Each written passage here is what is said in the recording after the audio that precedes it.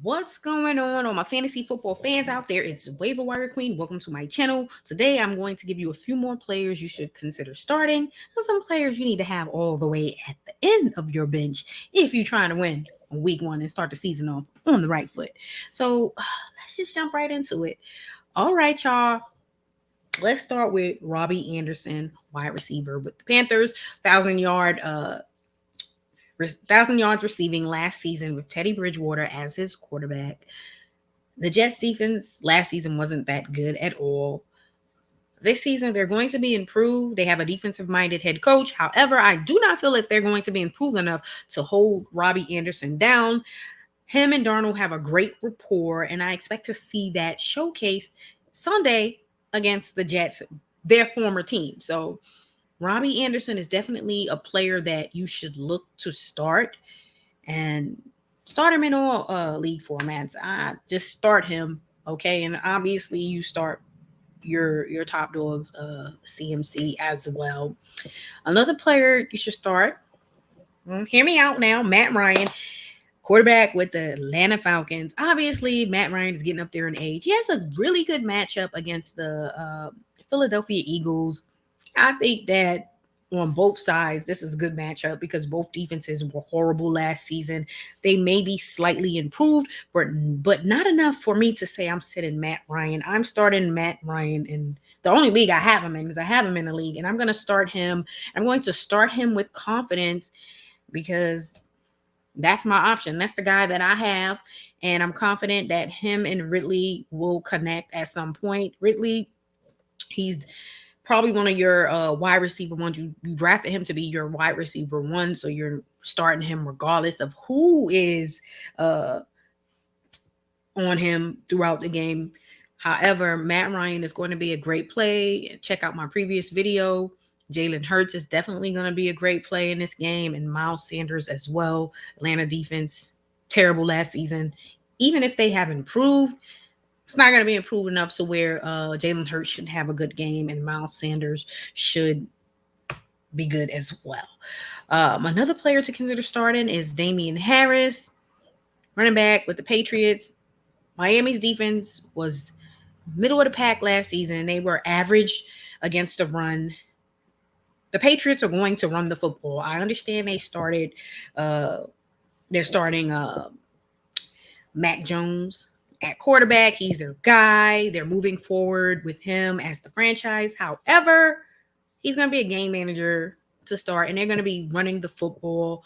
They got Damien Harris as their lead back. Then you got Ramondre. I expect to see Wyatt. I expect to see Taylor. They're going to bring every damn running back they got out there on the field. But Damien Harris is the lead back and should have a really good game against a rival, Miami Dolphins. So he's going to get a lot of volume. So I'm starting him with confidence. I have him in 2 leagues. I'm definitely going to start him. Nothing else. He's definitely a good flex play, but start him with confidence.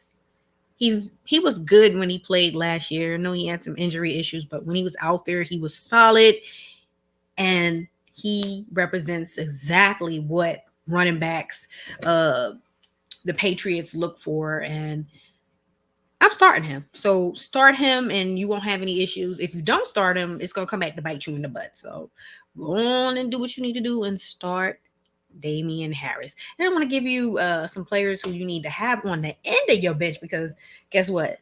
You start these players, you obviously are looking to go 0-1. We're not trying to go 0-1 to start the season. We're trying to be 1-0. But starting these guys, it's going to put your week 1 victory in question. So DeAndre Swift, running back with the Lions, he has some injury issue going on. However, they have confirmed that he will be playing, and he's playing against the 49ers, who last season their defense obviously took some huge hits. They had several injuries last season. They should be back to full strength this year to start the season, game 1, week 1, and I don't see how the Detroit Lions are going to be able to do much with that good defense because they were really good pre-injury, and now back to full strength, they're going to be really good again.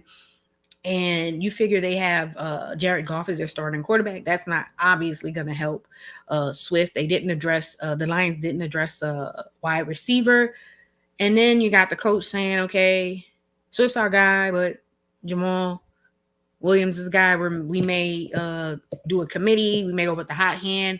Jamal Williams is going to get some touches, so he's one going to take touches away from Swift, and then two." The 49ers defense is really, really good. And when you don't have a solid quarterback, that's going to hurt you even more. So you got somebody in the backfield taking some touches from you.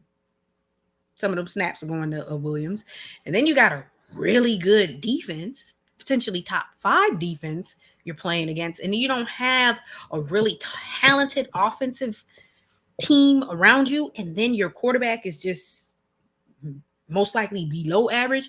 You sitting on my bench, okay? Especially against the 49ers. So there's no reason for me to start Swift. I don't even have him in any leagues, but if you have him in leagues and you have better options that you can start, do that.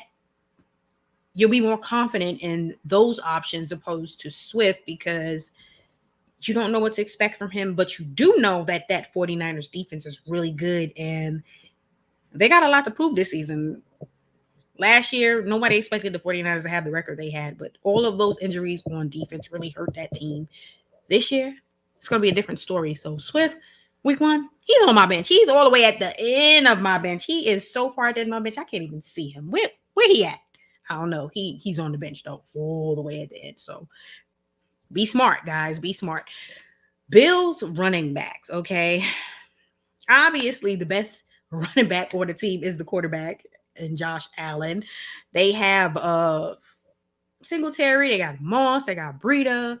Look, okay, the best running back on the Bills is their quarterback, okay? All right, let's all be real. They're playing against the Steelers. The Steelers were solid and rundy. The Steelers always have a good defense. So I expect Josh Allen to have a great game, but I do expect the running backs to suffer, or it's going to be hit or miss, because you don't know who it's really going to be. They may ride the hot hand. They may say, "Oh, we're going Singletary is our starter," but then you start him and then you see he's really split in time with Moss. Moss had an injury-plagued season last year, and then he rushed for just a little over 400 yards. Singletary over 600 yards rushing. However, they underwhelmed, and that's one reason why they went out and got Breida.